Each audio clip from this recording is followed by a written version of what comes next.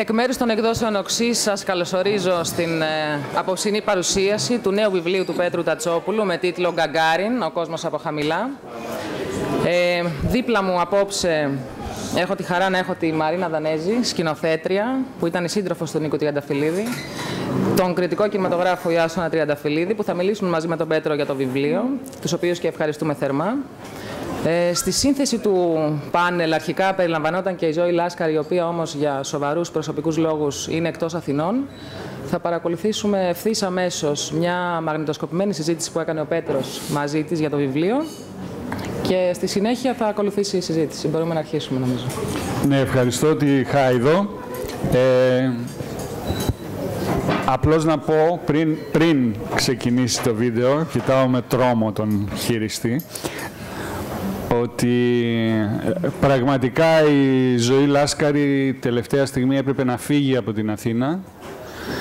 Ευτυχώς όμως είχαμε τη δυνατότητα να πάμε στο θέατρό της στην Αθηναΐδα και να κάνουμε μια κουβέντα για το βιβλίο που θα την παρακολουθήσετε ευθύς αμέσως. Είναι ένα τέταρτο και αμέσως κατόπιν θα ξεκινήσουμε και την δικιά μας συζήτηση.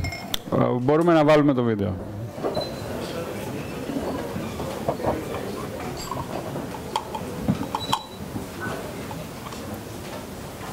Είναι μια διαδρομή καταρχήν τεράστια. Ξεκινάς 60 και φτάνεις όπου θες. Δηλαδή εγώ δεν μπορώ να βάλω τέλος που φτάνεις. Ξεκινάει λίγο πιο πριν. Ξεκινάει με το Χατζηδάκι το 49 ουσιαστικά, και έχει και μερικά... Δεν είναι πολύ αυτό, ναι, εντάξει. Αλλά ουσιαστικά ξεκινάει από την άφηξη του Γκαγκάριν και από το ξύλο του Λικουρέζου που γράφεις. Κάνανε και το πρώτο τους λάθος, γιατί δίρανε τον γιο ενός υπουργού εσωτερικών. Δεν ήταν λάθος και τι πειράζει αυτό. Πειράζει, γιατί ήταν και ο πρώτος αστυνομικός διευθυντής που καταδικάστηκε. Δεν είχε, μέχρι τότε ήταν λίγο πολύ το ξύλο σε πολίτη, ήταν κάτι πολύ δεδομένο. Με τον Λικουρέζο ήταν η πρώτη καταδίκη αστυνομικού διευθυντή. Εντάξει. Αλλά αυτό για να το καταλάβουμε... Εγώ πιστεύω ότι ήταν και λάθος που ήταν καταδίκη.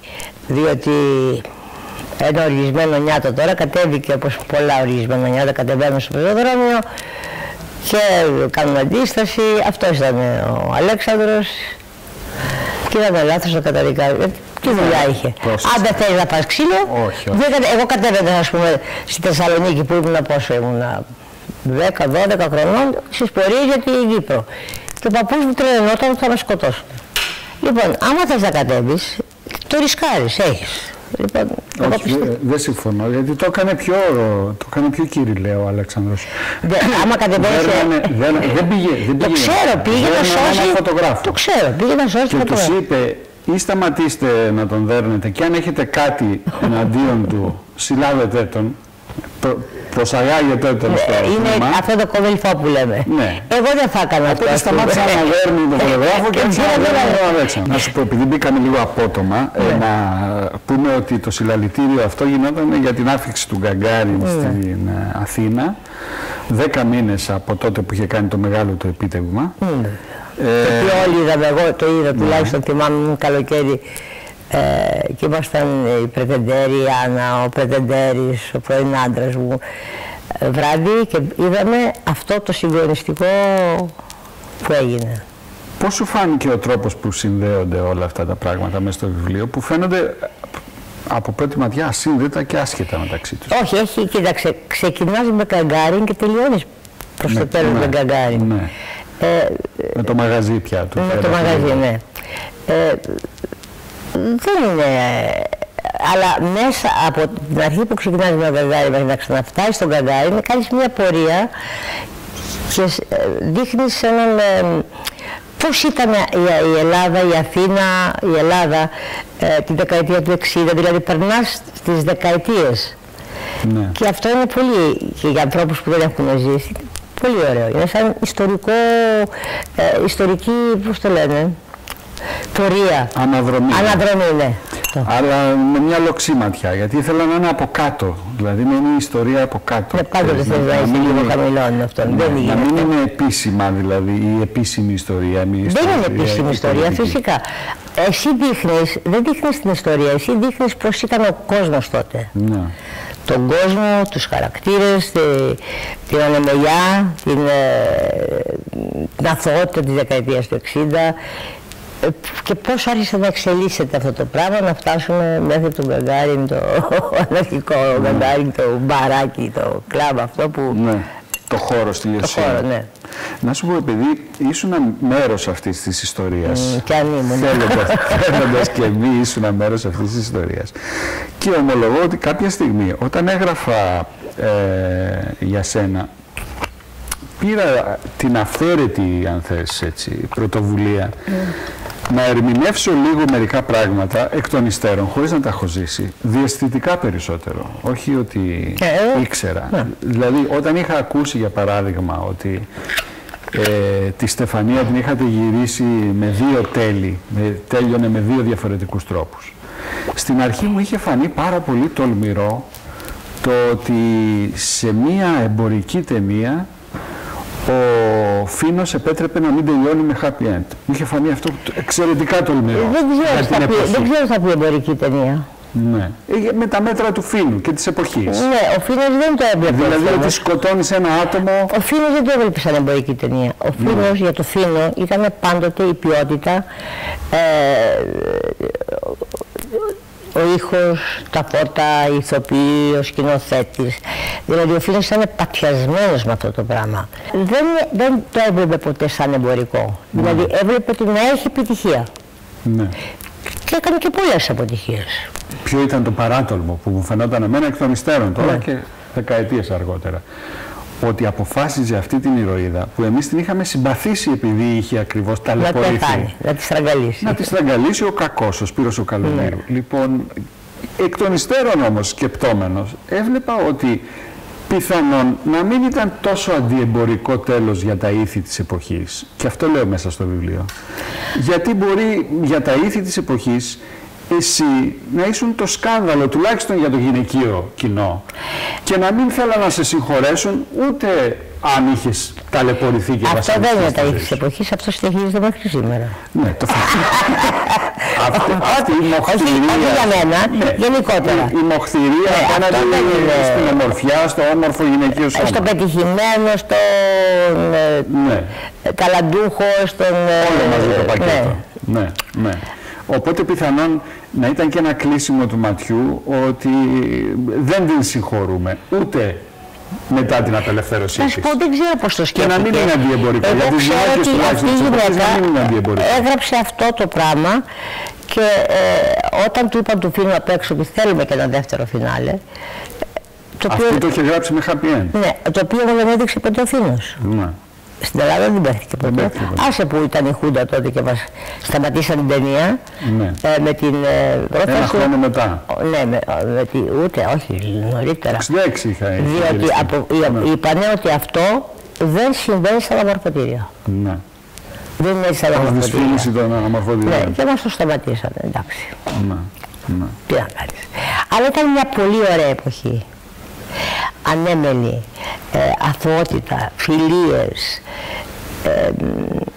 όλα αυτά που γράφεις για τα ρεμπέτικα και τα αρχοντορεμπέτικα. Που υπήρχαν, μα δεν ήταν αρχοντορεμπέτικα, ήταν τα αυθεντικά ρεμπέτικα. Ο Δασκαλάκης, ας πούμε, που ήταν στην Πίνδο επάνω, με τον Χατζηδάκη, αν θέλεις, η αστική τάξη, αυτή που η κομιλφό, που δεν τολμούσαν να πάνε, τους έδωσε το άλοθη για να πάνε. Βέβαια, τους έβαλε στο κάδρο. Ναι. Είχες την αίσθηση τότε ότι ήταν πιο ακομπλεξάριστοι οι άνθρωποι, δηλαδή ότι δεν τα είχαν βάλει σε κουτάκια. Όχι, ναι. Όπως το κάνανε. Ναι. Ήταν αυθόρμητα τα πράγματα. Βέβαια υπήρχαν και κάποιοι οι οποίοι το σκεφτόντουσαν, αλλά αυτή ήταν μια πολύ μικρή κατηγορία ανθρώπων που αν θέλεις... Γιατί και το Χατζηδάκη το κατηγορούσαν, ότι γράφει μουσική για ταβέρνες, από την αρχή το κατηγορούσαν. Ναι, όταν πήρε το Όσκαρ όμως τον αποθεώσανε.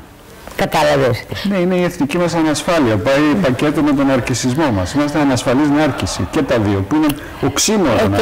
Και λίγο στοιχείο του θα έλεγα. Ναι, Πάει μαζί. Αλλά αστοιχείωτη, αλλά με αυτοπεποίθηση χαλίβδινη. Ναι. Και αρκεί, αν κάποιος μας πει, όχι τώρα, δεν είσαι και τόσο καλός. Τον οποίο παγκοσμίως είναι αναγνωρισμένος, τότε το δεχόμαστε. Ναι. Ό,τι έρχεται από το εξωτερικό. Είναι κακό, γιατί έχουμε τόσο πολλά πράγματα ωραία και σαν Έλληνες. Και δεν καταλαβαίνω γιατί συμβαίνει. Εγώ πραγματικά δεν μπορώ να το καταλάβω αυτό. Δεν μπορώ. Ένιωθες πάντως εκείνη την εποχή ότι έκανες κάτι που πήγαινε μπροστά από την εποχή? Όχι. Όχι καθόλου. Δεν ένιωθες, ας πούμε, κάποια απόρριψη, τουλάχιστον ότι απόρριψη εννοώ από τις γυναίκες. Καλώς να αγαπούσαν οι γυναίκες. Ακόμα και σήμερα φωνάζουν, εγώ το έλεγα από τότε. Θα γίνω γιαγιά και θα με λένε ακόμα Ζωήτσα. Έγινε γιαγιά και με λένε ακόμα Ζωήτσα. Ναι. Γιατί ο μύθος είναι ότι δεν σε αγαπούσαν οι γυναίκες, σε αγαπούσαν οι άνδρες. Τώρα με τους άντρες δεν ξέρω. Γιατί εγώ αγαπούσα τους άντρες. Κάθε φορά με κάποιον που ήμουν, οπότε δεν πρόσεχα να αγαπάνε οι άντρες. Αυτό είναι τελειωμένο. Δεν μου λες κάτι που αναφέρω στο βιβλίο ως αλλαγή στάσης τα τελευταία χρόνια απέναντι στον ερωτισμό και τους ερωτικούς ανθρώπους. Είναι ότι τότε, όταν βλέπαμε τις ταινίες της Λάσκαρη, όταν βλέπαμε ταινίες που πραγματικά μας ερεθίζανε ερωτικά. Τι έχω τώρα, είναι άγνωστο για μένα. Δικιά μας δουλειά αυτή, εμείς το παθαίνουμε. Εντάξει, πρόβλημά σας. Δεν είχαμε πάντως την πρόθεση που βλέπω τα τελευταία χρόνια, έτσι κάτι που το ονομάζω και μέσα στο βιβλίο ιδανοβλεπτικό πουριτανισμό. Το να καταγγείλουμε. Δεν είχαμε αυτό τον βαθύτατο συντηρητισμό του να δούμε κάτι και αντί να το ευχαριστηθούμε να πάμε να το καταγγείλουμε, είτε να το καταγγείλουμε στην τηλεόραση, να πάμε στα κατηνοδικεία.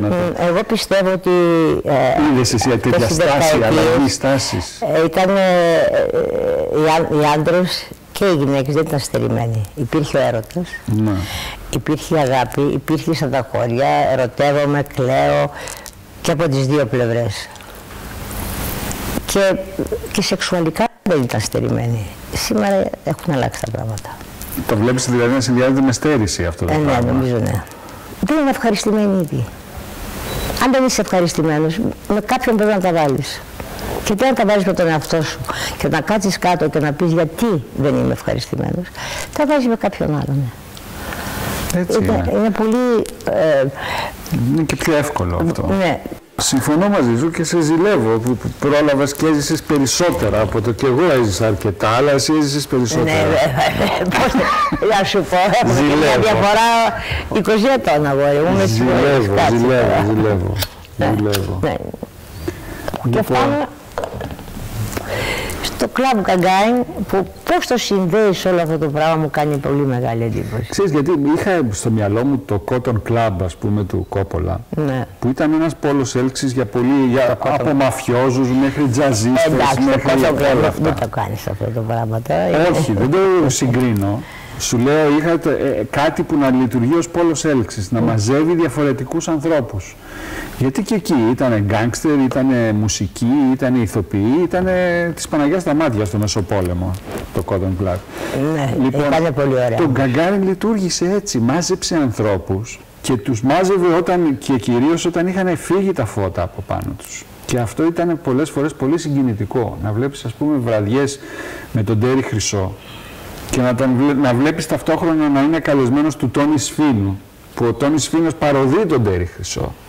Και το αστέρι πια ήταν ο Τόνις Φίνος και όχι ο Τέρις Χρυσός. Λοιπόν, γκεστάρι ήταν. Ναι, ήταν αλλαγή ναι. Λοιπόν, είχε κάτι πάρα πολύ, ή την Τζένι Βάνου, πολλά χρόνια αφότου είχε αποσυρθεί. Είχε κάτι πάρα πολύ συγκινητικό, γιατί ο Νίκος Τριανταφυλλίδης, ο γιος του Χαρικάνου, ήταν ένα εκπληκτικό παιδί και όλους αυτούς τους αγαπούσε, δεν είχε την έγνοια να τους αποκαταστήσει, για λόγους δικαιοσύνης, ξέρω εγώ, να τους αποκαταστήσει καλλιτεχνικά, τίποτα από όλα αυτά. Τους αγαπούσε αυτούς τους ανθρώπους. Τους θεωρούσε, το έλεγε κιόλας, ότι τους θεωρούσε φορείς καλού και ήθελε να τους αναδείξει. Και κυρίως αυτό που ανέδειξε ήταν ότι ο πολιτισμός στην Ελλάδα ήταν ενιαίος, ένα ενιαίο πράγμα που πήγαινε, πέρναγε, ξέρεις. Είναι αστείο να σκεφτεί κανείς ότι στην πρώτη ταινία τη μοναδική ταινία που έπαιξε ο Μάνος Χατζηδάκης, την Αγνή του Λιμανιού, εμφανίζεται και ο Κώστας Κουσγκούνης. Ξέρεις, ο Κουσγκούνης εμφανίζεται με το χόρν, ας πούμε, κατάλαβες. Δηλαδή, δεν έχουν πέσει οι μπάρες, ακριβώς. Ναι, γιατί αυτά είναι αληθινά και γίνονται, γιατί έτσι γίνονται. Ή αν προσπαθείς να τα ξανακάνεις και να γίνει έτσι, θα μείνει σε ένα μικρό χώρο. Εγώ δεν το ήξερα, δεν είχα πάει ποτέ. Θα πήγαινα να το ήξερα. Γιατί είναι underground, αν δεν το έχεις καταλάβει, στο λέω εντελώς έτσι. Εγώ λυπάμαι πάρα πολύ που δεν θα μπορείς να είσαι στη παρουσίαση. Εντάξει. Καταλαβαίνω απόλυτα ότι δεν μπορείς. Γι' αυτό κάναμε και αυτή την κουβέντα. Αλλά δεν ξέρω, ίσως μας βγήκε και σε καλό που κάναμε έτσι χαλαρά την κουβέντα. Μπορεί. Ποιοι θα είναι άλλοι στο πάνελ? Εκτός από τη Ζέτα την αγαπημένη, τη Μακρύτη. Όχι, η Ζέτα η Μακρύτη θα είναι στο Βόλο, δεν θα είναι στο Βόλο. Θα είναι ο Ιάσονας ο Τριανταφυλλίδης και θα είναι και η Μαρίνα Ιδανέζη. Η Μαρίνα Ιδανέζη ήταν η σύντροφος του Νίκου Τριανταφυλλίδη. Πώς δεν τον γνώρισα εγώ αυτό, δεν μπορώ να καταλάβω. Ελπίζω με το μέσο του βιβλίου λίγο να τον γνώρισες. Το γνώρισα λίγο, ναι. Αλλά ξέρεις, πραγματικά ξεχάσεις. Ό,τι και να σου πούνε και ό,τι και να διαβάσεις, αν δεν έχεις γνωρίσει τον άνθρωπο από κοντά, σωστά. Να έχεις τη δική σου. Ας είναι καλά εκεί που είναι. Λυπάμαι που δεν μπορώ να είμαι στο πάνελ. Δεν πειράζει, να είσαι καλά. Ξέρεις τους λόγους που δεν μπορώ. Το ξέρω. Καλοτάξιδο είναι ένα πολύ ωραίο βιβλίο. Δηλαδή εμένα μου σκάλισε πολύ πράγμα μέσα μου. Και ας πάρουμε και κανένα βιβλίο, αξίζει τον κόπο. Έλαντε. Δεν μπορούμε να τα διαβάζουμε όλα ηλεκτρονικά. Εγώ αν δεν πιάσω το βιβλίο, αν δεν πιάσω την εφημερίδα, δεν μπορώ. Έχουμε αυτό το φετιχισμό, δεν θα το ξεπεράσουμε ποτέ. Εύχομαι να μην το ξεπεράσουμε. Εύχομαι να μην το ξεπεράσουμε, γιατί είναι πολύ σημαντικό. Και είναι πολύ σημαντικό το ότι κλείνουν τόσα βιβλιοπωλεία. Το ότι ο Έλληνας δεν διαβάζει. Δεν διαβάζει, όχι. Ο ένας στους δύο, ξέρεις, δεν διαβάζει κανένα βιβλίο. Εγώ είμαι βιβλιοφάγος. Και το θεωρώ πολύ σημαντικό αυτό. Πολύ. Να είσαι καλά. Αγάπη μου. Σε ευχαριστώ πάρα πολύ. Εγώ. Και εγώ.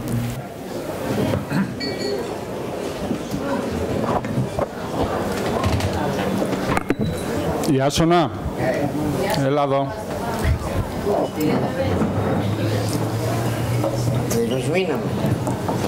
Ναι. Λοιπόν, αυτή ήταν μια κουβέντα με τη Ζωή Λάσκαρη. Και τώρα... Εγώ είμαι σειρά μου, Καταρχήν, μια και ήρθε την απορία να στείλω εγώ σχετικά με τη Στεφανία. Να σου πω τι έγινε ακριβώς το 1966 στη Στεφανία. Καταρχήν η Στεφανία τη διάλεξε ο Δαλιανίδης και όχι ο Φίνος για να γυρίσει την ταινία, γιατί έψαχνε καταγραμμένες ηρωίδες να παίξει Λάσκαρη, η οποία σε όλες τις ταινίες της στο τέλος πάθανε κάτι κακό, ακριβώς γιατί ήταν καταγραμμένες ηρωίδες. Γιατί ακολουθούσε για τη Λάσκαρη ο Δαλιανίδης και ο Φίνος το πρότυπο της Λένα Τάουνου στο Χόλιγουντ. Λοιπόν, το ότι είχε δεύτερο καλό φινάλε, happy ended η Στεφανία, ήταν γιατί άρχισαν να τους έρχονται μετά την πρώτη προβολή στην Αθήνα και στον Πειραιά, άρχισαν να τους έρχονται από την επαρχία κάτι μαντάτα, ότι ο κόσμος βγαίνει από το σινεμά και λέει στο ταμείο μην μπείτε, τις φάζει στο τέλος. Και ο κόσμος έφευγε, δεν είναι κοβιστήριο, και αναγκάστηκε ο Δενίτη Τσάκα να γυρίσει ένα φινάλε, να το προσθέσουν για να το στέλνουν στην επαρχία, στα χωριά κτλ. Γιατί εκείνη την εποχή πρέπει να ξέρετε ότι το σινεμά δεν λειτουργούσε όπως λειτουργεί σήμερα, το ελληνικό σινεμά βασικά, γιατί γι' αυτό μιλάμε. Δηλαδή, σήμερα όταν είναι μια ελληνική ταινία, βγαίνει στους κινηματογράφους Αθήνα, Πειραιά, Θεσσαλονίκη, Πάτρα, Ρόδο, όπου έχουν πια ακόμα βέβαια σινεμά. Και ξαφνικά στο τέλος της εβδομάδας ξέρουμε τα εισιτήρια σε όλη την Ελλάδα. Τότε όλα αυτά τα χιλιάδες εισιτήρια που διαβάζετε κατά καιρούς ήταν μόνο για την Αθήνα το κέντρο μέχρι το 1963 και μετά άρχισαν να μαζεύονται και τα εισιτήρια του Λεκανοπεδίου, ΑΒ Αθηνών και Πειραιά. Τα εισιτήρια Θεσσαλονίκη, Πάτρα και άλλες πόλεις κτλ. Δεν καταγράφηκαν ποτέ. Όπως δεν καταγράφηκαν ποτέ τα εισιτήρια ταινιών που τελείωνε η προβολή, η πρώτη και η δεύτερη προβολή, τα έπαιρναν άνθρωποι σε μια τσάντα, την κόπια και την πήγαιναν σε καφενεία, σε τσαντίρια, σε πλατείες, όλο το χειμώνα και το καλοκαίρι και τις παίζαν σε ολόκληρη την Ελλάδα. Δηλαδή μια ταινία μπορούσε να κόψει με αυτόν τον τρόπο και 10 και 15 εκατομμύρια εισιτήρια, χωρίς υπερβολή. Αλλά αυτός ο τρόπος ακριβώς το τι συνέβαινε τότε δεν έχει καταγραφεί. Αυτό όσον αφορά το γιατί έχει δύο φινάλε. Εγώ έχω προλάβει πάντως ως παιδί 7 χρονών.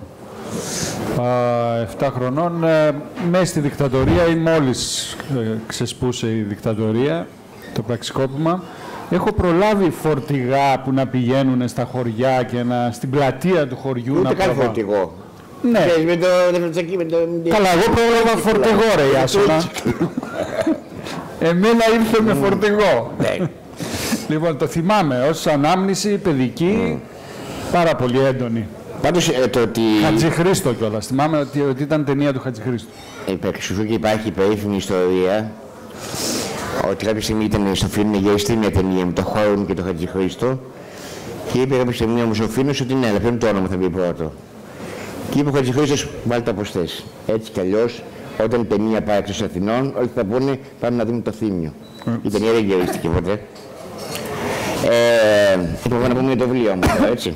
Και όπως επειδή μόνο να πω και αυτό, το άλλο πολύ θλιβερό παρενέργεια που είχε αυτή η πολύ στενή σχέση με το κοινό των ταινιών τότε και του περιεχομένου τους και των ηρώων και όλο αυτό που λέει ο Ιάσονας ότι άμα δεν είχε καλό τέλος δεν πήγαιναν να το δούνε.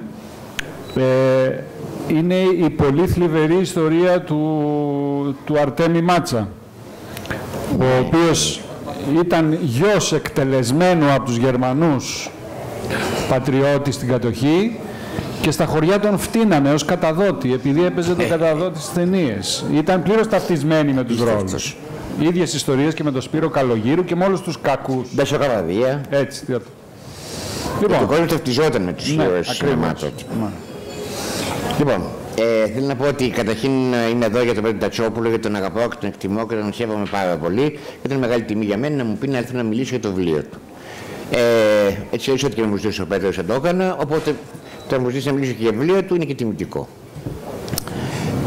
Μετά ένας άλλος λόγος είναι ότι το βιβλίο με την έννοια από τον άλλο τρόπο μιλάει για τον Νίκο Τριανταφυλλίδη. Να πω ότι είναι συνωνύμια απλώς το δικό. Εγώ και ο Νίκος δεν έχουμε καμία σχέση γενική. Έξω από κοινή καταγωγή βέβαια. Τα τελευταία χρόνια μέναμε και δίπλα-δίπλα στο Κένος Νέγρη.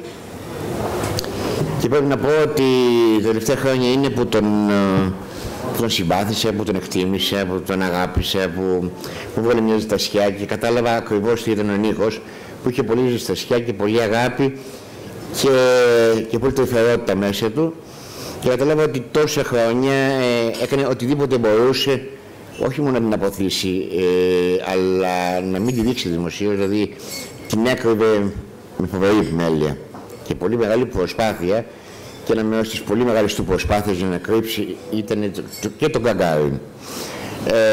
Τα τελευταία χρόνια της ζωής του, τα τελευταία 3-4 χρόνια της ζωής του, με αυτή τη σειρά που φτιάξε στη τηλεόραση της γειτονιάς της Αθήνας, γειτονιές της Αθήνας δεν τη λέγανε, τα στέκια της Αθήνας, νομίζω ότι ήταν αυτό ακριβώς το πράγμα που ήταν η πραγματική του υπογραφή, αυτό ήταν ο Νίκος.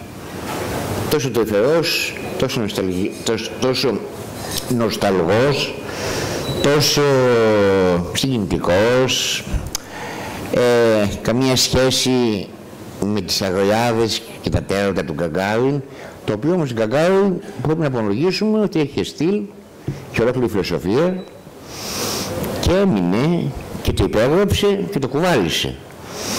Το βιβλίο βέβαια μπορεί να λέγεται Γκαγκάριν, αλλά δεν είναι ακριβώς για τον Γκαγκάριν το χώρο στην Ιωσίων που ήταν ένα τσοντάδικο που μετά έγινε χώρος συναυλιών και όχι μόνο. Είναι κάτι πιο σύνθετο. Είναι για όλα αυτά που κάποιοι, ειδικά μετά τη Χούντα, ξεκίνησε αυτή η ηλίθια ιστορία, τα θεωρούν όχι αρκετά σοβαρά για να ασχοληθούμε μαζί τους. Παλιά δεν ήταν τα πράγματα έτσι. Παλιά και οι ηθοποιοί και οι τραγουδιστές και όλοι, ανεξάρτητα που ανήκει ο καθένας, σε ποιο χώρο, αν ήταν του εθνικού ή της επιθεώρησης, αν ήταν του σινεμά ή οτιδήποτε άλλο, είχαν ένα σεβασμό και μια αγάπη μεταξύ τους. Μετά τη Χούντα, ξαφνικά μια παρέα κάποιων αριστερών διανοουμένων, που ούτε ουσιαστικά αριστεροί, ούτε ουσιαστικά διανοούμενοι ήταν, έβγαλε διάφορα φερουμάνια του τι είναι σοβαρό και τι δεν είναι σοβαρό, τι αξίζει να ασχολείται κανείς, με τι δεν αξίζει να ασχολείται κανείς. Διάγραψε με μια μονοκοντιλιά πολλά πράγματα από την ψυχολογία των ανθρώπων, των Ελλήνων, πολλά πράγματα τα οποία τους ψυχολογούσαν και τα χαίρονταν οι άνθρωποι όλα αυτά τα χρόνια και που δεν είχαν τα συγκεκριμένα πράγματα, οι συγκεκριμένοι άνθρωποι καθόλου καταφερθεί εναντίον κανενός, απλώς ψυχολογούσαν. Σε μερικές περιπτώσεις μάλιστα δεν είναι και κάτι παραπάνω από απλή ψυχολογία. Όλοι αυτοί κάνουν τους πολύ διανοούμενους. Όταν η Παξινού είχε πει στη συνέντευξη, αν θέλετε να δείτε μια μεγάλη ηθοποιό, πήγαινε στο θέατρο να δείτε τη Ρένα Βλαχοπούλου. Και όταν εμένα προσωπικά ο Δημήτρης Χόρου μου είχε πει τη φράση, έγινε ηθοποιός γιατί θαύμαζε την Άννα Καλουτά. Ξαφνικά το τι είναι σοβαρό ρεπερτόριο μέτρησε πιο πολύ από το πόσο κάποιος μπορεί να ερμηνεύσει ένα ρεπερτόριο. Και κάποιοι άνθρωποι σύρθηκαν στη χλέβη. Ένα από τα κομμάτια του βιβλίου που πραγματικά με συγκίνησε πολύ και που χαίρομαι πολύ που ένας άνθρωπος σαν τον Τατσόπουλο το έβαλε μέσα στο βιβλίο είναι το κομμάτι για τον Γιώργο Οικονομίδη. Ο Οικονομίδης, ο οποίος ήταν από τα παιδιά του ΡΑΜ στην κατοχή, παραλίγο να εκτελεστεί, είναι αυτός που έπαιξε το κορόιδο Μουσολίνη, στάρου για μια 20ετία, μεγάλος στην ελληνική πραγματικότητα. Ο άνθρωπος που στην ουσία γέννησε το ελληνικό ραδιόφωνο, επί Χούντας, μπλέχτηκε με κάποιους τρόπους με τη Χούντα. Δεν ήταν ο μόνος που έμπλεξε με τη Χούντα. Σημαντικό όλοι μπλέξαν με τη Χούντα όσοι ήταν στην Ελλάδα. Δεν είχε κανείς, αν ξέρει τον Παναγούλη που να ξέρουμε, ή τον Οπρόπουλο ή 5-6 ακόμα, οι οποίοι έκαναν ενεργή αντίσταση. Όπως λέει και η Ελένη Βλάχου, όταν γύρισε, βρήκα έναν κόσμο ντροπιασμένο. Τι να του ζητήσω, να ζητήσουν συγγνώμη και να αγοράσουν και από μια καθημερινή. Όταν τελείωσε λοιπόν η Χούντα, διαλέχθηκαν 5-6 πρόσωπα, τα οποία δεν είχαν προσβάσει σε κόμματα, σε ανθρώπους το ένα στο άλλο και πληρώσανε για όλα αυτά που ντρεπόντουσαν οι υπόλοιποι. Αποκορύφωμα, το 1975 στο Άλσος που πήγε πολύ γνωστός σκηνοθέτης, ο Νίκος Κούρντορος, και έκραζε από κάτω με την παρέα του τον Οικονομίδη. Έτυχε από ό,τι είχα μάθει στο Άλσος ο Χρήστος Τσαγανέας που ήταν ο πεθερός του Οικονομίδη, ο οποίος διαμαρτυρήθηκε και μάλιστα έπαθε καρδιακό επεισόδιο. Ποιο είναι το πιο αστείο? Ο πατέρας της γυναίκας του Οικονομίδη, ο Βιτζόρης, ήταν το δεξί χέρι του Τρότσκι. Η Νίτσα Τσαγανέα που βλέπετε στις ταινίες ήταν τροτσκίστρια και μάλιστα λένε ότι είχε εκφυλάξει το αρχείο του Τρότσκι όταν το φυγάδευαν για να κρυφτεί από τον Στάλιν από χώρα σε χώρα μετά το 1940 και τη δολοφονία του. Και διάφορα άλλα τέτοια που δεν τα ξέρουν βέβαια οι όψιμοι αντιστασιακοί. Απλώς να προσθέσω και ότι ο αδερφός του Γιώργου Οικονομίδη, ο Νίκος Οικονομίδης, ήταν ένα από τα ανώτερα στελέχη του ΚΚΕ, ως το τέλος της ζωής του. Δηλαδή τον επικίδιό του, έναν διθύραμβο, τον έχει γράψει ο Ριζοσπάστης το 2006. Και μία από τις θεωρίες που την αναφέρω και μέσα στο βιβλίο είναι ότι ο Οικονομίδης, σαφώς συνεργάτης της Χούντας και ένθερμος συνεργάτης της Χούντας, δεν το αμφισβητεί κανείς αυτό. Ο ίδιος έλεγε ότι ο σκοπός όλων εκείνων των Ολυμπιάδων τραγουδιού που έκανε μέσα στη Χούντα ήταν για να αναδείξει το καθεστώς και το ελαφρό τραγούδι. Για αυτόν ήταν σκοπός ζωής το ελαφρό τραγούδι και το χουντικό καθεστώς, η δικτατορία, να τα αναδείξει. Αλλά υπάρχει μία θεωρία ότι ήταν κατά κάποιο τρόπο και όμηρος. Δεν προσπαθώ με κανέναν τρόπο να δικαιολογήσω τη συμπεριφορά του και ειδικά όταν την εξαργύρωσε έγινε ένας από τους πυλώνες, όπως ήταν και ο Μαστοράκης, όπως ήταν και ο Φρέντι Γερμανός, ένας από τους πυλώνες τους επικοινωνιακούς. Όπως ήταν ο Μπιθικότσης επίσης, που υπάρχει μέσα στο βιβλίο η επιστολή του Μίκη Θοδωράκη, που προσπαθεί να τον πείσει να μην πει τον ύμνο της δικτατορίας, αλλά τον λέει. Και από τότε αρχίζει να φτιάχνεται το είδωλο του Σερ Μπιθί, Δηλαδή ο λαϊκός γίνεται λίγο λαϊκό λεβεντομαλάκας, θα λέγαμε αυτό, αριστοκρατικό λαϊκό τίποτας. Από το CNBC και λέει Άντζελα. Ναι, έτσι, αλλά ήταν το κλίμα, αν θες, το κλίμα το οποίο επικράτησε πολλά χρόνια αργότερα και στην Ελλάδα και μετά την πτώση της δικτατορίας. Αλλά η θεωρία για όσο αφορά τον Οικονομίδη είναι ότι εν μέρη τουλάχιστον ήταν και όμηρος της δικτατορίας, ακριβώς λόγω του αδερφού του. Ναι, δηλαδή τον κρατάγανε με κάποιο τρόπο. Η αλήθεια βέβαια είναι ότι όταν τελείωσε η Χούντα, κάποιοι πληρώσανε πολύ χοντρά και πολλοί δεν πληρώσανε τίποτα γιατί δεν είχαν κανένα λόγο να πληρώσουν. Είχαν φροντίσει να καλυφθούν δι' άλλων οδών. Θέλω να πω ότι το Γκαγκάριν ήταν ένας χώρος το οποίο είχε προσωπικότητα, όπως είπα, είχε στυλ και είχε την υπογραφή του Νίκο Τριανταφυλλίδη. Ο Νίκος είχε πάρα πολύ χιούμορ σαν άνθρωπος. Πολλά χρόνια δεν μιλάγαμε, δεν είχαμε καθόλου καλές σχέσεις, δεν μ' άρεσαν οι ταινίες του κιόλας. Και κάποια στιγμή βρέθηκα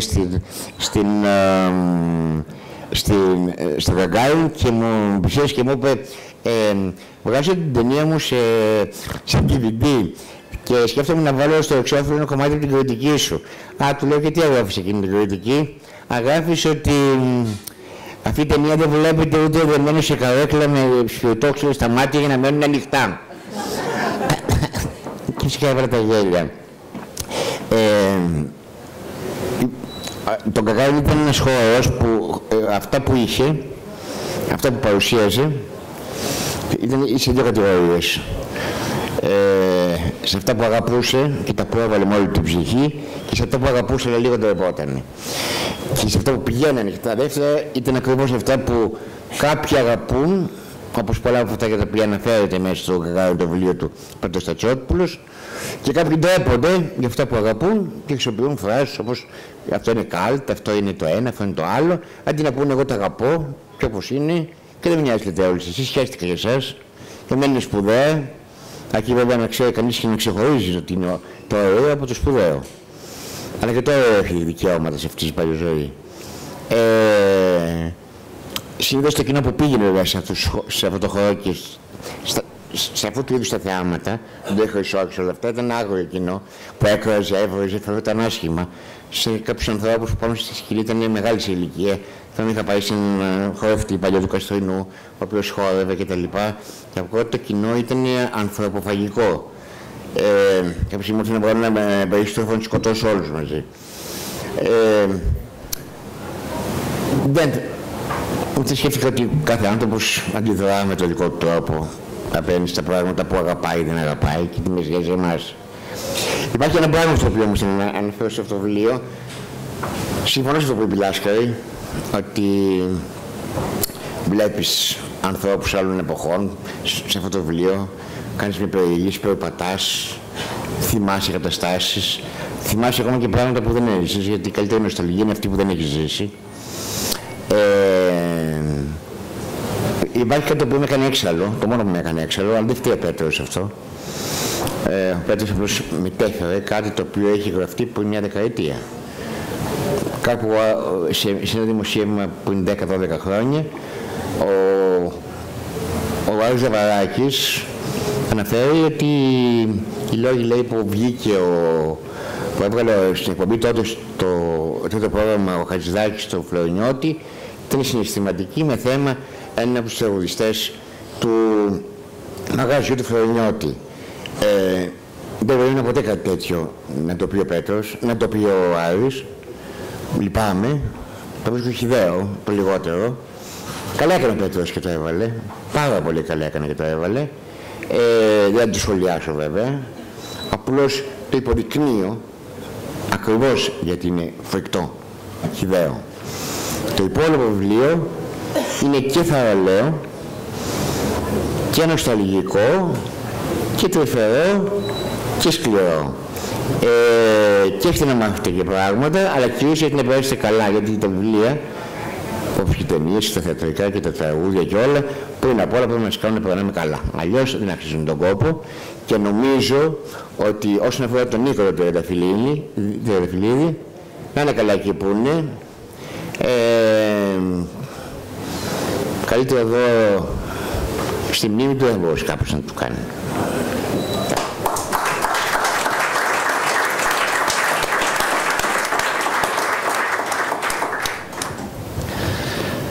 Σε ευχαριστώ, Ιάσονα. Θα σου πω μετά για αυτό για τον Άρη, τον Δαβαράκη και τον Φλωρινιώτη και τον Χατζηδάκη και τον Βασίλη Λέκα. Ένας από τους ανθρώπους στο οποίο αυτό το βιβλίο οφείλει πολλά είναι η Μαρίνα Ιδανέζη. Ειδικά για το τέλος του βιβλίου, για το κλείσιμο αυτού του βιβλίου. Νομίζω ότι αυτό το βιβλίο χωρίς τη Μαρίνα θα ήταν μετέωρο. Δεν θα κλείνε, δεν θα είχε τρόπο, θα ήταν αμήχανο. Λοιπόν, ας την ακούσουμε. Μαρίνα. Λοιπόν, δεν έχω προετοιμάσει τίποτα. Τέλεια. Ούτε ο Νίκος ποτέ. Ωραία. Όχι, εντάξει. Διάβασα το βιβλίο τις τελευταίες ημέρες, αν και το έχω πάρα πολύ καιρό, γιατί ήταν... Το είχα ακόμα και από χειρόγραφο, γιατί ήταν βαθιά συναισθηματικό για μένα. Ξεκινά με την άφιξη του Γιούρι Γκαγκάριν το 1962 στην Αθήνα, ενός πολύ κοντού κοσμοναύτη, με τον οποίο δεν ξέρω πού ταυτίζεται ο Πέτρος και γιατί ξεκίνησε έτσι. Τον οποίο ο Νίκος ο Τριανταφυλλίδης λάτρευε. Λάτρευε κυρίως γιατί ήταν ένας λαϊκός ήρωας για τη Ρωσία, την οποία για πρώτη φορά επισκέφθηκαμε μαζί το 2013, όπου έκανε πρεμιέρα η τελευταία του ταινία. Παρότι δεν είχε πάει λοιπόν ποτέ, λάτρευε τη Ρωσία και νομίζω αυτό ήταν εξαιτίας του Ντοστογεύσκη, τον οποίον λάτρευε. Είχε διαβάσει τον Ηλίθιο 100.000 φορές και σε λάθος μάλλον ηλικία διάβασε αυτό το βιβλίο. Ο Νίκος ήταν μια πολυσχηδής προσωπικότητα. Ήταν τρομακτικό να ζεις μαζί του. Ξυπνούσες το πρωί και δεν ήξερες τι θα σου ξημερώσει. Είναι χαρακτηριστικό κάτι που αναφέρεται και στο βιβλίο, ότι στην κηδεία του, 2 μέρες μετά, ήρθε η κυρία που κάνει όλα τα διαδικαστικά και μου έφερε τη λίστα με τα στεφάνια. Εγώ είπα δεν θέλω, ευχαριστώ πάρα πολύ, δεν θέλω να την πάρω, όχι θα την πάρεις. Είχε λοιπόν στη σειρά ποιοι άνθρωποι τίμησαν με τον τρόπο του στέλνοντας ένα στεφάνι τον Νίκο. Είχε πολύ ενδιαφέρον λοιπόν ότι το πρώτο όνομα που αναφερόταν ήταν ο Αλέξης Τσίπρας, που είναι ο πρωθυπουργός της χώρας και γνώριζε προσωπικά τον Νίκο από τότε που ήταν ραδιοφωνικός παραγωγός στο Κόκκινο. Και το δεύτερο αμέσως όνομα ήταν ο Δημήτρης Ειρηνάκης, ο μεγαλύτερος αυτή τη στιγμή παραγωγός πορνό, ο οποίος επίσης γνωρίζαμε προσωπικά και είχαμε επισκεφτεί πολλάκι στο γραφείο του, συνεργαζόμαστε στα πλαίσια του Cult Festival. Νομίζω ότι αυτό το crossover που είχε ο Νίκος ανάμεσα στους ανθρώπους, λίγοι άνθρωποι το έχουν. Μιλούσε με μεγάλη ευκολία, θα μπορούσε να μιλήσει τη μία μέρα με τον Πρωθυπουργό και την επόμενη μέρα με τον Ζητιάνο και να πιει καφέ μαζί του. Αγαπούσε τη ζωή, αγαπούσε τον άνθρωπο και γι' αυτό δεν σήμαινε τίποτα ποια είναι η δουλειά σου και ποια είναι η αναφορά σου. Έψαχνε πάντα την αυθεντικότητα στο κάθε άνθρωπο. Τώρα, σε σχέση με τον Γκαγκάριν, ήταν ένα μεγάλο του όνειρο να φτιάξει αυτό το μαγαζί και από την πρώτη και όλες χρονιά ξεκίνησε το Cult Festival. Το Cult Festival, λοιπόν, ήταν μια μάζοξη αντικομφορμιστών συνεφίλ, οι οποίοι βγαίνουν από τα λαγούμια τους στην κυριολεξία και ερχόντουσαν στην αίθουσα, όχι για να δούνε την ταινία. Την ταινία την είχαν δει. Αυτό ήταν το δεδομένο. Γνωρίζαν πολύ καλά τις ταινίες. Αλλά θέλανε πάρα πολύ να αλληλεπιδράσουν με το πανί. Θέλανε να γιουχάρουν, να συμμετέχουν, να βογγίξουν με τον πρωταγωνιστή. Αυτό ήταν αυτό που τους ενδιέφερε και που τους αφορούσε. Η αναβίωση της γαλαρίας. Αυτό το οποίο είχε χαθεί στα multiplex. Αυτό λοιπόν ήθελε ο Νίκος να αναβιώσει και κυρίως τους ανθρώπους τους οποίους τιμούσε και τίμησε στο Cult Festival στα 13 συναπτά έτη, εγώ πρόλαβα τα μισά, ήταν άνθρωποι οι οποίοι κανένας δεν είχε σκεφτεί ποτέ να τους τιμήσει. Άνθρωποι παραγνωρισμένοι, όπως ήταν ο Απόστολος ο Σουγκλάκος, όπως ήταν η Τίνα η Σπάθη, είναι εκατοντάδες. Δεν μου έρχεται στο μυαλό τίποτα, Πέτρο βοήθησε. Άπειροι άνθρωποι. Κανένας λοιπόν, ειδικά ο Απόστολος ο Σουγκλάκος, ήταν αγαπημένος φίλος του. Του άρεσε η λαϊκότητά του και η αυθεντικότητά του. Ο Νίκος λοιπόν, επειδή είχε σπουδάσει και κοινωνιολογία, μπορούσε να βρει στο κάθε τι ήταν αυτό που θα μπορούσε να αγαπήσει. Ήθελε πάντα να βλέπει το ποτήρι μισογεμάτο και ποτέ μισοάδιο. Έβλεπε πάντα την καλή πλευρά. Και αγαπούσε με πάθος. Δεν είναι τυχαίο ότι ο Κώστας ο Γκουσγκούνης μετά από 30 χρόνια η εμφάνισή του στον κινηματογράφο έγινε σε ένα πολύ μικρό ρόλο στην πρώτη μεγαλού μήκους του Νίκου, το Ράδιο Μόσχα. Όπου μάλιστα τον έχει βάλει να τραγουδά, όπου τραγουδά, αλλά τραγουδά με ένα πολύ ιδιαίτερο τρόπο. Αυτό όμως ο Νίκος το υποστηρίζει και το αγαπάει. Ακόμα και το λάθος που θα κάνει ο Κώστας, το αγάπησε. Αυτή λοιπόν την αγάπη έβγαλε στο Cult Festival με πολύ προβοκατόρικη διάθεση. Ήταν προβοκάτορος ακόμα και του ίδιου του εαυτού. Και αυτό είναι αυτό που αγάπησα σε αυτόν. Μας άφησε. Έκανε βέβαια μία ταινία τον τελευταίο 1 χρόνο για την αγαπημένη του ταινία των ΠΑΟΚ, η οποία θα βγει στις αίθουσες το Δεκέμβριο και κάνει πρεμιέρα την άλλη εβδομάδα στο Φεστιβάλ Θεσσαλονίκης. Και αυτή με αγάπη την είδε και δυστυχώς ήταν το κύκνιάσμα του. Δεν ζει δυστυχώς για να διαβάσει αυτό το βιβλίο και σε αυτό κατηγορώ τον Πέτρο Τατσόπουλο που δεν το πρόλαβε, αλλά σίγουρα θα του άρεσε πολύ. Θα του άρεσε πάρα πολύ το βιβλίο.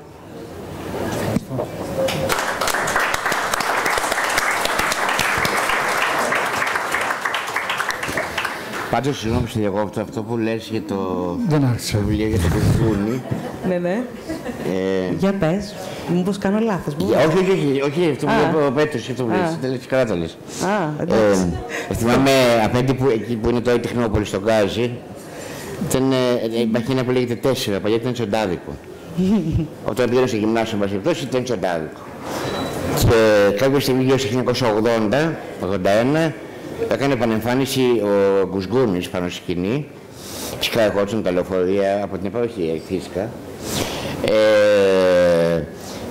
Και φυσικά είχε πάει όλη τάξη, να το δει. Και δεν πάμε να Γκουσγκούνης πάνω στη σκηνή. Πρέπει να λες το Elite. Το Elite λες. Όχι, δεν είναι το Elite. Το Elite ήταν πιο. Εκεί που είναι το 4 τώρα, οπότε ήταν τσοντάδικο μας αυτός. Και κάποιες σκηνές που είναι γεμάτο αυτά από επαρχιώτες, πράγματα κτλ. Βγαίνουν ένα ζευγάρι, ένα αγόρι και ένα κορίτσι και αρχίζουν να κάνουν σεξ. Τώρα ας πούμε σεξ, φανταστείτε. Και βγαίνει ο Γκουσγκούλης και αρχίζει να πετάει κότες πάνω στο ζευγάρι και πετάγονται οι κότες στο κοινό κάτω, στο Ελίζ, δεν φωνάζουν από την γαλαρία να γουρλιάσουν. Έχει το σώσει πραγματικά, δηλαδή να το πονέσετε εκεί ήταν κάτι το απίστευτο. Το θυμήθηκε αυτό. Μεγάλος δάσκαλος ο Κώστας. Μέγας.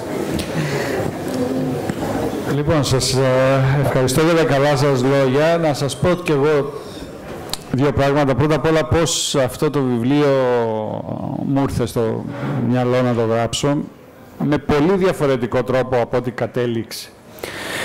Είτε θέλετε να το πιστεύετε είτε όχι, το είχα σκεφτεί αρχικά ως ένα sequel της Καλοσύνης των Ξένων. Αλλά ως ένα sequel μυθιστορηματικό, γιατί η Καλοσύνη των Ξένων, όπως και το Γκαγκάριν στην τελική του μορφή, είναι non-fiction novel, δεν έχει μυθοπλασία, είναι πραγματικό. Αλλά τι είχα σκεφτεί στο μυθιστόρημα που δεν έγραψα αρχικά. Ήθελα να ασχοληθώ με το χώρο του πορνό με έναν ιδιότυπο τρόπο. Ο ευνόητος λόγος ήταν άλλος από αυτόν που εικάζεις. Ο ευνόητος λόγος ήταν ότι επειδή ακριβώς στην Καλοσύνη των Ξένων μιλάω για την υιοθεσία μου και μιλάω για τη φυσική μου μητέρα σε ένα μεγάλο μέρος του βιβλίου, τον τρόπο που την ανακαλύπτω όταν είμαι 19 χρονών, αλλά δεν μιλάω καθόλου για τον φυσικό μου πατέρα, τον οποίο δεν τον ξέρω σήμερα.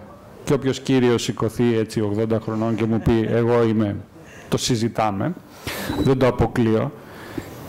Σκέφτηκα λοιπόν ως μυθιστοριογράφος πια, τι θα γινόταν αν κάποιος ο οποίος δεν γνώριζε τον πατέρα του, ανακάλυπτε τελικά ότι ο πατέρας του ήταν πορνοστάρ.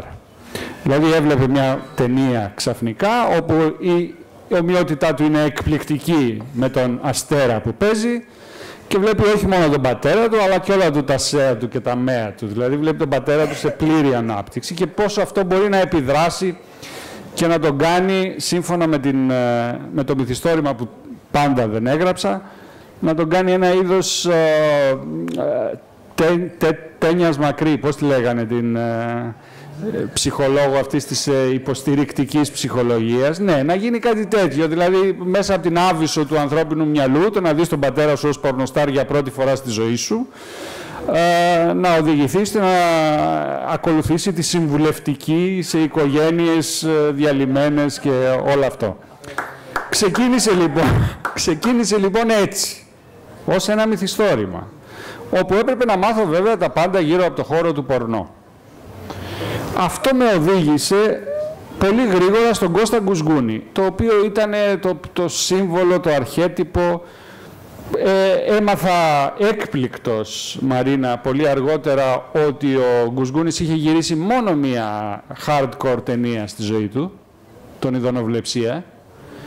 Είναι απίστευτο αυτό, γιατί ο μύθος του πιστεύεις ότι έχει γυρίσει 30-40, αλλά έχει μία μόνο.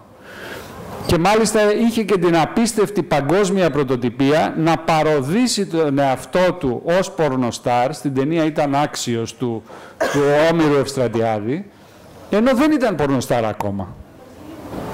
Είχε δηλαδή η πλοκή στο «Ήταν άξιος» είναι κάποιος πορνοστάρ ο οποίος έχει πρόβλημα ανικανότητας και πρέπει να αποδείξει να πάει το εργαλείο του για ρεκτιφιέ. Και καπάκι στο «Ήταν άξιος» που το γυρνάει το 1982, γυρνάει τον Ειδωνοβλεψία, όπου για να αποδείξει ανάμεσα σε όλα τα άλλα ότι δεν έχει κανένα πρόβλημα για ρεκτιφιέ, γίνεται πορνοστάρ. Ενώ όλοι νομίζουν ότι είναι ήδη. Όλοι, φανταστείτε να πιστεύουν όλοι ότι είναι πορνοστάρ, ενώ δεν είναι. Και δεν έχει πει τις περισσότερες ατάκες από αυτές που το αποδίδουν και πάει λέγοντας. Οδηγούμενος λοιπόν στην ιστορία του Γκουσγκούνη, προσπάθησα να βρω ανθρώπους που τον ξέρανε, πέρα από τον ίδιο τον Γκουσγκούνη. Και έτσι με οδήγησε ο δρόμος στον Νίκο Τριανταφυλλίδη, που έμαθα ότι ο Γκουσγκούνης του είχε βαφτίσει και το παιδί, τη Λόρα. Πάω λοιπόν, συναντάω τον Νίκο, ήταν παρούσα και η Μαρίνα, σε αυτές τις συναντήσεις μας εκεί γύρω στο 2010, τέλη 2009-2010. Του εξηγώ τι σκοπεύω να κάνω και πώς μπορεί να προλιάνει το έδαφος για να συναντηθώ με τον Γκουσγκούνη. Και ο Νίκος μου μιλάει για τον Γκουσγκούνη, αλλά με δικιά μου προτροπή αρχίζει να μου μιλάει και για τον Γκαγκάριν. Και ανακαλύπτω ξαφνικά έναν κόσμο απέναντι στον οποίο η δικιά μου φαντασία οχρειούσε. Δεν έπιανε ούτε το 1/10. Δηλαδή λέω, αυτοί οι άνθρωποι τι ιστορίες έχουν ζήσει και τι ιστορίες μπορούν να αφηγηθούν. Και θα έρθω εγώ τώρα με την μυθοπλασία μου να αντικαταστήσω την ιστορία η οποία προσπερνά τη μυθοπλασία κατά πολύ. Εκεί γίνεται η στροφή και αποφασίζω ότι δεν θα γράψω μυθιστόρημα, αλλά θα γράψω, όπως και στην Καλοσύνη των Ξένων, ένα non-fiction novel, όπου πια το επίκεντρο δεν θα είναι ο χώρος του πορνό. Ο χώρος του πορνό θα καταλαμβάνει ένα σημαντικό μέρος μέσα στο βιβλίο, αλλά θα είναι ο χώρος του Γκαγκάριν. Θα είναι ο χώρος του μαγαζιού του Γκαγκάριν, γιατί όπως λέει και η Μαρίνα μέσα στο βιβλίο, όπως μου έχει πει, ο Νίκος ένωνε κόσμους. Αυτό ήταν η πραγματική του ιδιότητα. Ήταν ένας προβοκάτορας της αγάπης. Σε μια εποχή που έχουμε πήξει κυριολεκτικά από προβοκάτορες της σχολής, ήταν κάποιος άνθρωπος ο οποίος ευχαριστιόταν να μεταδίδει αγάπη, την αγάπη που ένιωθε. Ενώ οι περισσότεροι από εμάς, δεν βγάζω τον εαυτό μου απ' έξω, προσπαθούμε να μεταδώσουμε τη μοχθηρία μας μέσα από τα social media. Την κακία μας, να πούμε την εξυπνάδα μας. Αυτός ήταν στον αντίποδα, λες, και ήταν πραγματικά ένας φορέας καλού. Όπως ήταν φορείς καλού οι άνθρωποι που αγαπούσε και οι οποίοι μπορεί να ήταν πορνοστάρ, Μπορεί να ήταν όπως ήταν ο Γκουσγκούνης, μπορεί να ήταν στο soft πορνό όπως ήταν η Τίνα Σπάθη, μπορεί να ήταν παλαιστές ηθοποιοί όπως ήταν ο Απόστολος Ουγκλάκος, μπορεί να ήταν τραγουδιστές όπως ο Τέρης Χρυσός ή μπορεί να ήταν τραγουδίστριες όπως η Τζένι Βάνου, η οποία ήταν και νταντά του στη Νέα Υόρκη. Γιατί ξαφνικά φανταστείτε αυτό το βιβλίο και κυρίως την αφήγηση του Τριανταφυλλίδη ως ένα είδος μπάμπουσκας. Μια ιστορία που σου ανοίγει άλλες ιστορίες και άλλες ιστορίες και βρίσκεις άλλες ιστορίες και με οδηγεί ο ίδιος ο Νίκος πια με την αφήγησή του στην ιστορία του πατέρα του, του Χάρη Κλίν, που είναι μια άλλη μεγάλη ιστορία λαϊκού πολιτισμού στην Ελλάδα. Και όχι μόνο στον ελλαδικό χώρο, αλλά και στον χώρο της ομογένειας. Στην Αστόρια, στο Μόντρεαλ, στον Καναδά και στις Ηνωμένες Πολιτείες. Και εκεί οδηγούμε πια στην ιστορία του Γιώργου Οικονομίδη, ο οποίος ήταν ο άνθρωπος που ανέδειξε το Χάρη Κλίν, και οδηγούμε σε όλους εκείνους τους ανθρώπους οι οποίοι λειτουργήσαν ως συγκοινωνούντα δοχεία και έσπασαν τα στερεότυπα σε μια εποχή που τα στερεότυπα ήταν πάρα πολύ δομημένα, πολύ στέρεα δομημένα, στερεότυπα στέρεα δομημένα, συγχωρέστε με. Λοιπόν, δηλαδή ανθρώπους σαν τον Μάνο Χατζηδάκη, που και μέσα στο βιβλίο το λέω, το θεωρώ κατά κάποιο τρόπο ως πρόδρομο και πρότυπο αυτού που ήθελε να κάνει ο Νίκος Τριανταφυλλίδης, από τη στιγμή που ξεκινάει να βάλει στο αστικό κάδρο το ρεμπέτικο σε μια εποχή, το 49, που το ρεμπέτικο είναι ακόμα εμφύλιος πόλεμος, δεν έχει τελειώσει, και το ρεμπέτικο είναι παράνομο, και είναι παράνομο ένθεν και ένθεν. Είναι παράνομο και για την αριστερά και για την δεξιά. Κυρίως για την αριστερά. Κυρίως για την αριστερά. Κυρίως για την αριστερά. Και ο Χατζηδάκης αποστρέφεται το ρεμπέτικο 30 χρόνια αργότερα, όταν νομιμοποιείται και από τη δεξιά και από την αριστερά. Όταν βλέπει να έχει μπει το ρεμπέτικο στα κέντρα, αλλά και εμείς νεαροί φοιτητές τότε με τα αμπέχωνα δήθεν, εντελώς δήθεν, να πηγαίνουμε στα ρεμπετάδικα και να κάνουμε ότι βλέπουμε τις αρκούδες, βλέπουμε τις αρκούδες και τις χειροκροτάμε.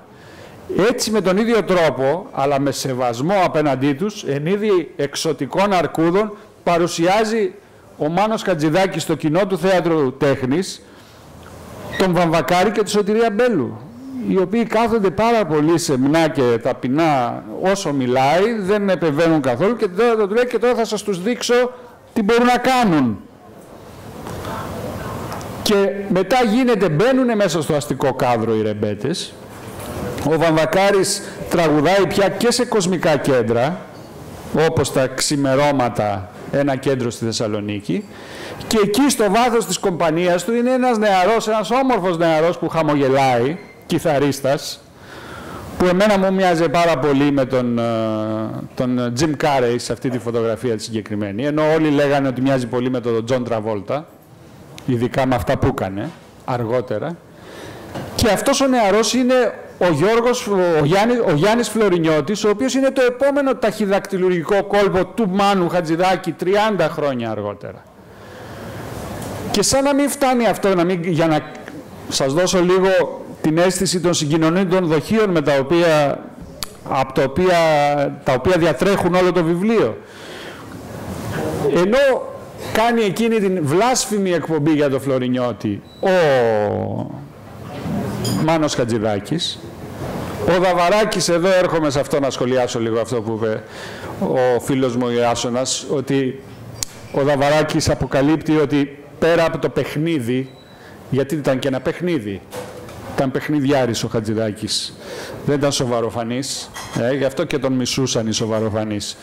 Πέρα από το παιχνίδι, ήταν και ένα ερωτικό παιχνίδι, ότι πάλι στο βάθος αυτής της ορχήστρας του Φλωρινιώτη πια υπάρχει ένας όμορφος νεαρός, ο οποίος έχει και καταπληκτική φωνή, και είναι ο Βασίλης Λέκας.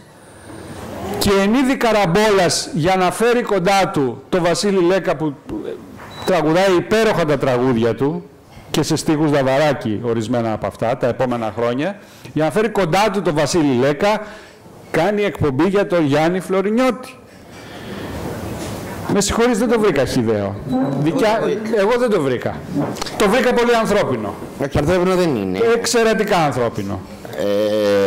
Θα μου επιτρέψει να πιστεύω ότι είναι εξαιρετικά ανθρώπινο να θέλεις... Εντάξει, τι έκανε ο Δαβαράκης. Τι έκανε ο Χατζηδάκης. Όχι, το Δαβαράκη λέγω, όχι το Χατζηδάκη. Και αυτό που είπε ο Δαβαράκης ότι είπε ότι υπήρχαν και άλλα κίνητρα εντός εισαγωγικών πιο ταπεινά από το να αναδείξει πραγματικά ένα αστέρι όπως θεωρούσε τη φωνή του Φλωρινιώτη, που ειλικρινά τη θεωρούσε. Ανάμεσα σε αυτό το οποίο θεωρείται τότε τρας, σκουπίδι δηλαδή. Εγώ πάω να σου πω όσον αφορά... Και τραγούδαγε σκουπίδια, τώρα μην τρελαθούμε. Και ο Φλωρινιώτης. Μόνο σκουπίδια, αλλά αυτό το θέμα είναι άλλο. Ότι... Η φωνή του λοιπόν ήταν κάτι ξεχωριστό. Κάτι, ότι... Εγώ η φωνή του δεν είχα ξεχωριστεί, αλλά θέλω να πω πάνω σε αυτό ότι επειδή διάβασα όλο το κομμάτι του Φλωρινιώτη, ανεξάρτητα από αυτό που λέει ο Αούς, θέλω να πω ότι διάβασα και άλλα που λένε διάφοροι διανοούμενοι με εισαγωγικά σχετικά με την εκπομπή του Χατζηδάκη, και το οποίο την αντιμετωπίζουν και λίγο στο στήλο ότι ας το αποδεχτούμε και αυτό και το ένα και το άλλο. Ο Χατζηδάκης ήξερε, πιστεύω, πάρα πολύ καλά τι έκανε. Ήταν μια τούρτα στη μούρη μιας κοινωνίας. Συμφωνώ. Ότι λοιπόν αυτό που σας δείχνω τώρα δεν είναι εκπομπή και δεν είναι τραγουδιστής. Είναι ο καθρέφτης. Συμφωνώ. Γιατί μπορούσες, γιατί τότε ακριβώς με το Φλωρινιώτη και όλους αυτούς γεννήθηκε η χειδαιότητα που ζήσαμε τα τελευταία 30 χρόνια με Πανταζό, Άντζελο, Δημητριούς και όλο αυτό, όταν το σκουπίδι έγινε κατεστημένο, μπήκε στο κέντρο και έβαλε στην άκρη τα πάντα. Γιατί ακόμα και το φτηνό έχει και αυτό διαβαθμίσεις. Έτσι. Ακόμα και το έχει πει με μια ατάκα, το έχει πει με μια ατάκα ο Μάνος Χατζηδάκης μέσα στην εκπομπή για το Φλωρινιώτη, ότι το αίσθημα ανθίζει και μέσα στο ευτελές. Ασφαλώς. Το αίσθημα ανθίζει παντού. Λοιπόν, και το να μπορείς να εντοπίσεις το αίσθημα ήταν, αν θέλετε, μια αποστολή ζωής, για να το πω έτσι λίγο βαρύγδουπα, του Μάνου Χατζηδάκη, όπως ήταν και μια αποστολή ζωής του Νίκου Τριανταφυλλίδη, ο οποίος δεν έκανε ποτέ διαχωρισμούς ανάμεσα σε τρας και καλτ, όχι επειδή δεν μπορούσε να κάνει, ήξερε, είχε πλήρη επίγνωση, αλλά δεν ήθελε να κάνει, διότι πίστευε αυτό ακριβώς, ότι και το πιο ευτελές προϊόν μπορεί να κρύβει αρετές που αντίστοιχα, ανάποδα, εκείνο το οποίο θεωρείται ως μη ευτελές μπορεί να μην τις έχει αυτές τις αρετές, να μην έχει αίσθημα, να είναι στεγνό. Λοιπόν, αλλά ο επίλογος, ο διδακτικός επίλογος στην ιστορία του Φλωρινιώτη και του Χατζηδάκη δεν σταματάει εκεί. Το ότι πολλές φορές η στάση των ανθρώπων, αυτά που κάνουν, μεταμφιέζονται σε απόψεις, ενώ τα κίνητρά τους μπορεί να είναι... Πες το όπως θέλεις, πες το ευτελέστερα, πες το, εγώ το λέω ανθρώπινα, πιο ανθρώπινα. Όπως τα κίνητρα του Χατζηδάκη, έχει τη συνέχεια ότι ενώ έχει ήδη πεθάνει ο Χατζηδάκης το 2009, το 1994,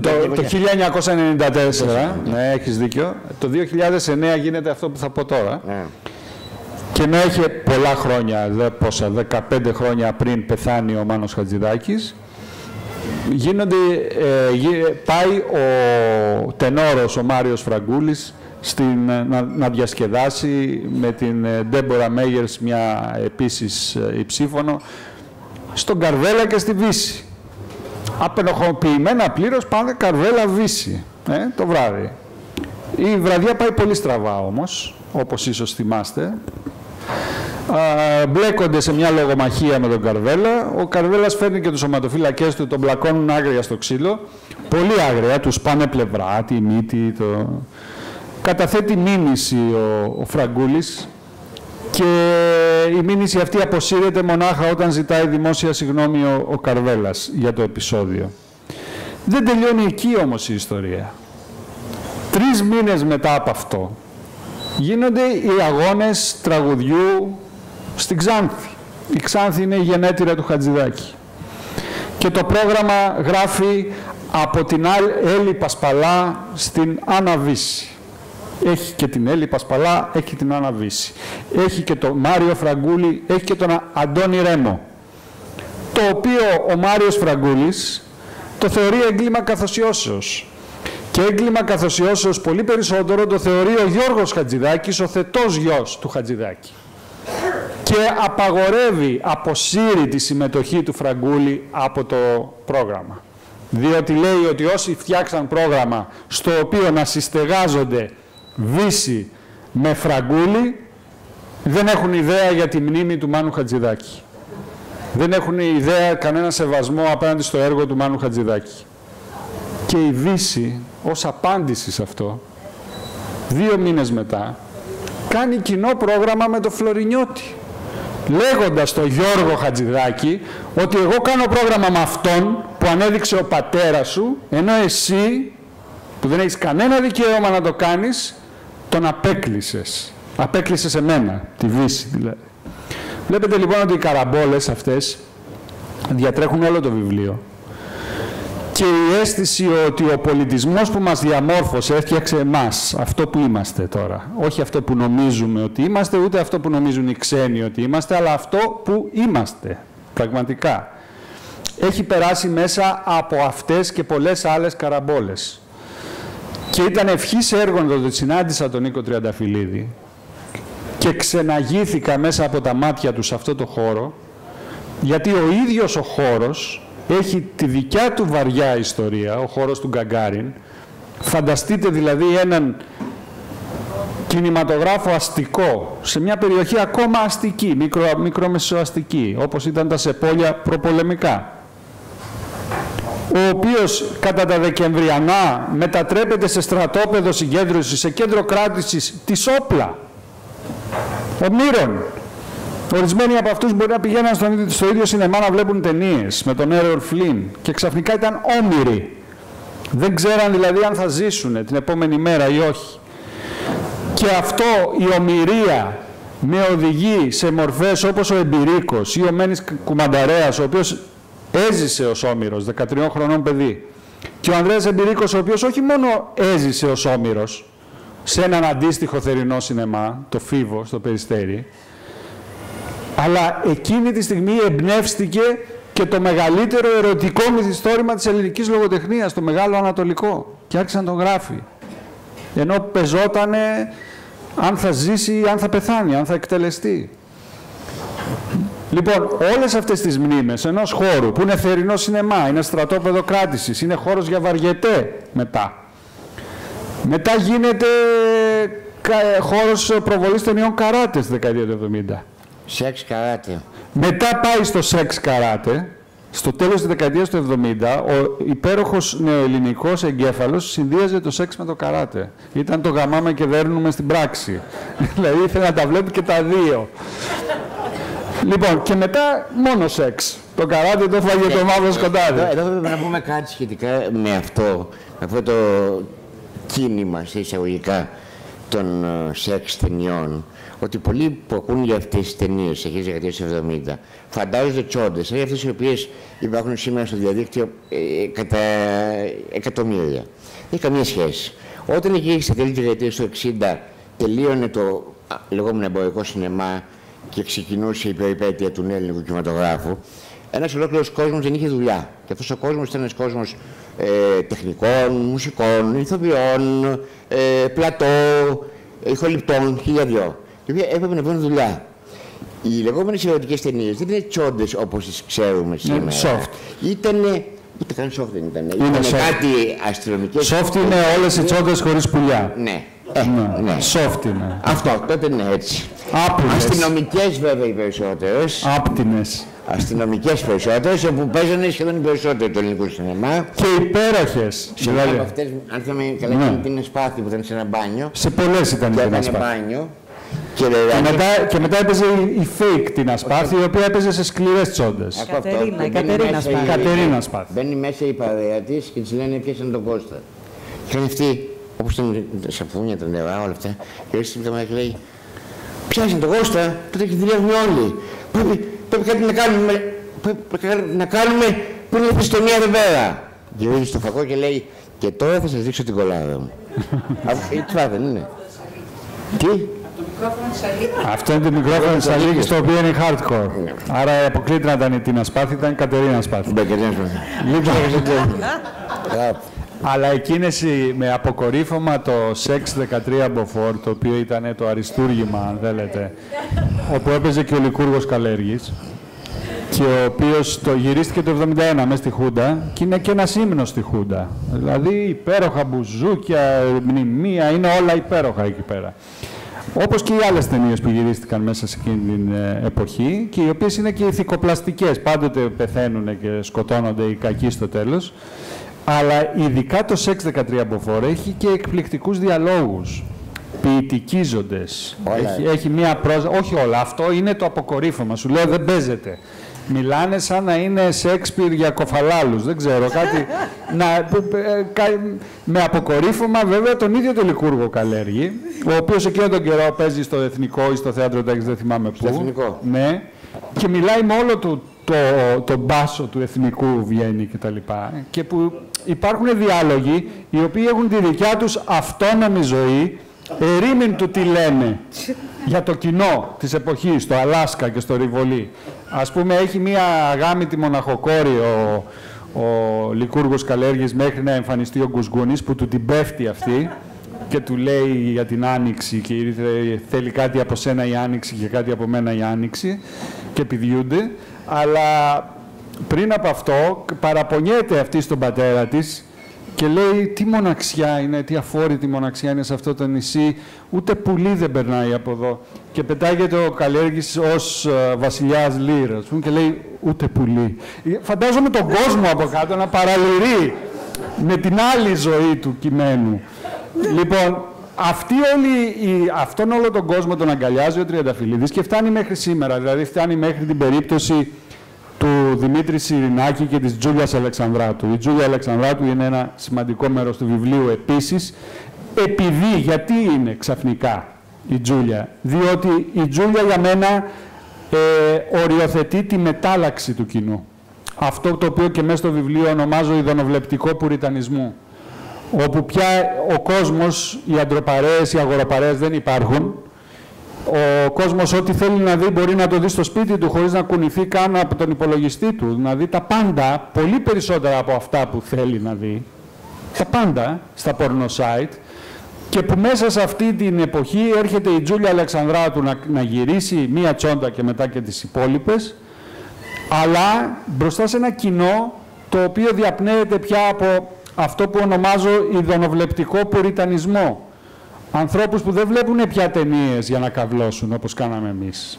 Εμείς τι θέλαμε? Αθώα παιδιά, να καυλώσουμε και να χύσουμε, να κάνουμε και πλάκα. Πλάκα αμηχανίας, επειδή δεν ξέραμε από σεξ. Ήμασταν παιδιά, ήμασταν έφηβοι και γελάγαμε όπως γελάνε τα παιδιά με το σεξ. Από ντροπή, από αμηχανία, από αδεξιότητα.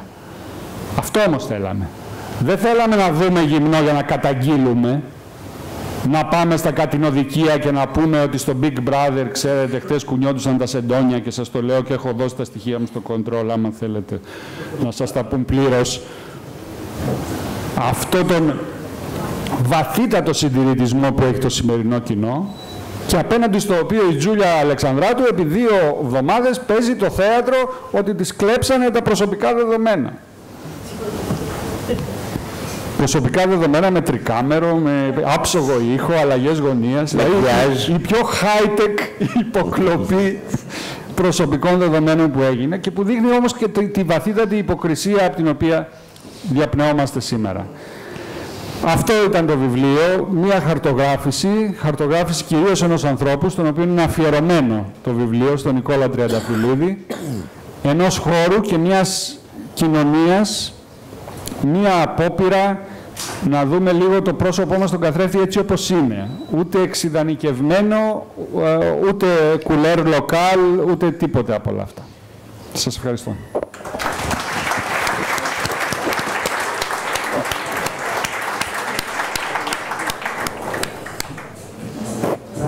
Ευχαρίστως αν έχετε κάποια ερώτηση πριν η μουσική η οποία μας πρόλαβε για τα...